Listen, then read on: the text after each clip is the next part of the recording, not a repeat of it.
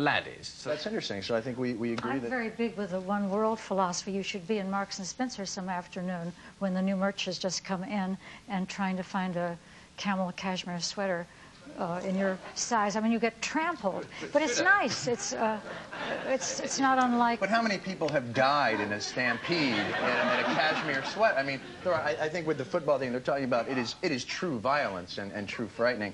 Cashmere sweater, certainly you might not get the size you want. But I've never heard, you know, where's Betty? She died at Kmart. She went for a blender and they trampled her.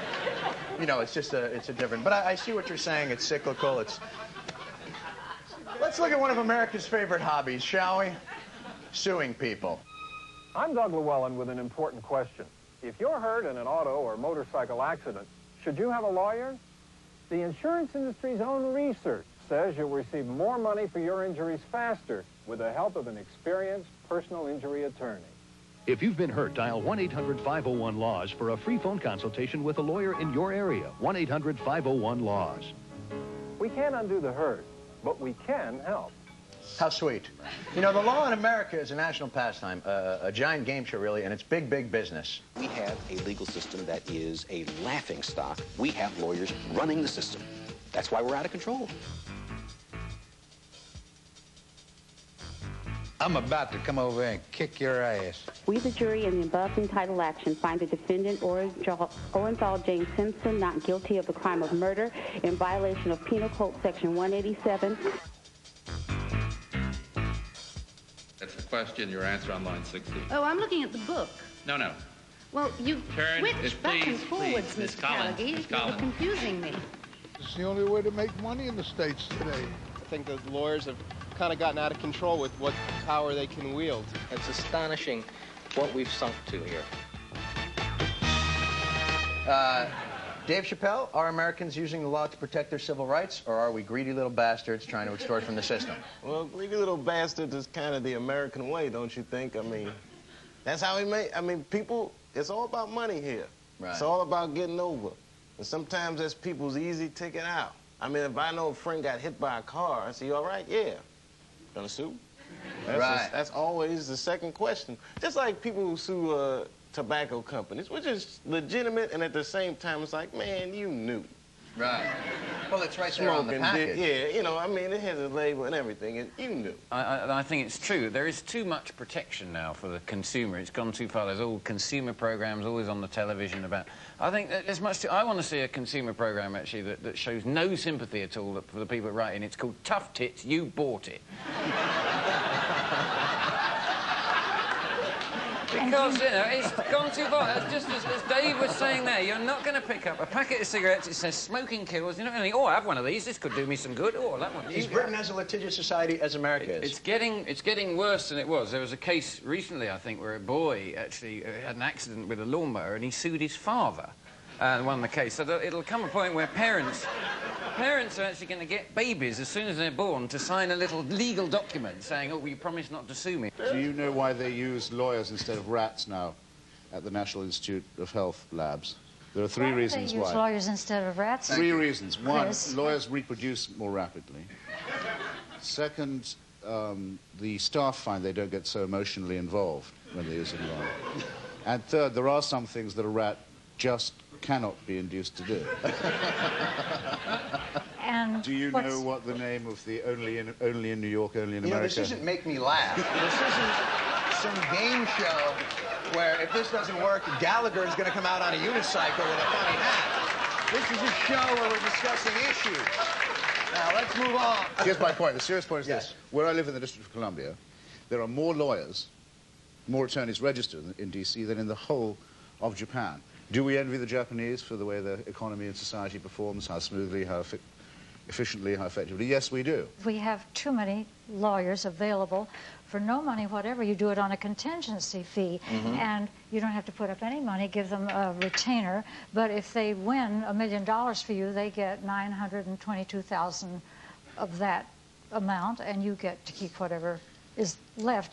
So there are a lot of lawyers because there's a lot of money in it, and there are a lot of lawsuits because the plaintiff has nothing to lose, really. They're saying now, okay, we'll introduce a bill where if the person suing loses, he's got to pay the other dude's legal fees. But what if it is a legitimate claim and the guy just had a bad lawyer? Boom, I don't want to pay his damn legal fees. He beat me and I got to pay for his shit too. Your lawyers can become stars, like I mean, because you have your cases on television. I mean, now, do you have TV cameras in your courtrooms? No, we're not allowed to have them. They tried it in Scotland, and the programs. They'll try anything in Scotland. The programs were so boring that nobody watched it because I mean, everyone is so formal in British courts. The barristers getting up and going, "Objection, my lord." And how does it matter if there's a camera in the court? Justice is justice. I mean, look, if I gotta say some shit that's real, I gotta say it. I don't care if there's a camera here. I have the real shit to say. I think you almost said it yourself earlier. As soon as you put a TV somewhere, you don't actually get people behaving the same way. They start all the tricks. They start the showbiz tricks. It's what we were talking about the politicians earlier. You don't at the convention. You don't get people discussing policies because they're putting on a free advert. But what he was talking about though is doesn't that make it more interesting at least to people? And maybe that's the way to go. But I don't think who wants the law to be interesting. We just want justice. Why does it have to be interesting? Why is it entertainment? I thought of something else profound to say. Everything else in public in America is, as we've just been saying, extremely boring and tedious. The election is very boring. The debates are boring. The proceedings of Congress are fantastically boring. There's no question time. There's no fighting. A lot of things are very boring. There's no confrontation. Everything's compromise. Liked it here. I love it here. It's all consensus and compromise and not confrontation. Where can you get confrontation? In the courtroom. And it's the only place where there's no fixing either. No one really knows what's going to happen. So it's not predictable like politics is. So people tune in because at last, real blood on the sand in the afternoon. Have you seen the People's Court? Very predictable. Anytime there was a young girl in a leotard, she won. People love to judge, like O.J.